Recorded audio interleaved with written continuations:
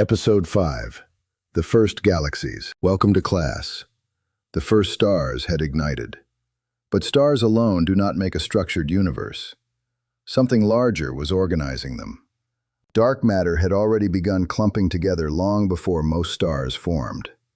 It gathered into enormous halos, invisible pockets of gravity stretching across space.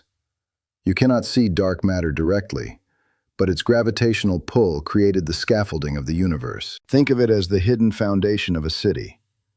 The buildings are visible. Those are the stars.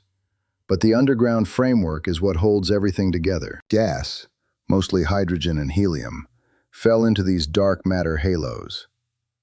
As it collected, it cooled and formed new stars in dense regions. Over hundreds of millions of years, these star-forming regions grew into the first galaxies. They were not graceful spirals yet. Early galaxies were small, chaotic, and irregular in shape.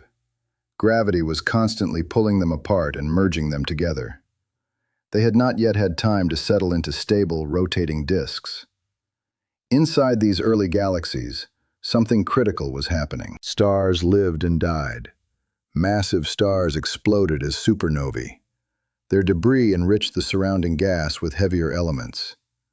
That enriched gas then formed new stars, and eventually, planetary systems.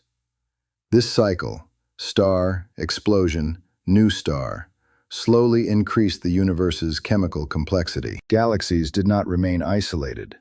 They collided and merged, combining into larger systems over billions of years. Through this hierarchical growth, small structures built bigger ones. For the first time, stars had neighbors. They were no longer isolated lights in darkness. They were part of vast island universes, gravitational cities of billions of stars. In these galactic cities, the ingredients for planets, and eventually life, were being concentrated and recycled again and again. The universe was no longer just lighting up. It was organizing itself. Class dismissed.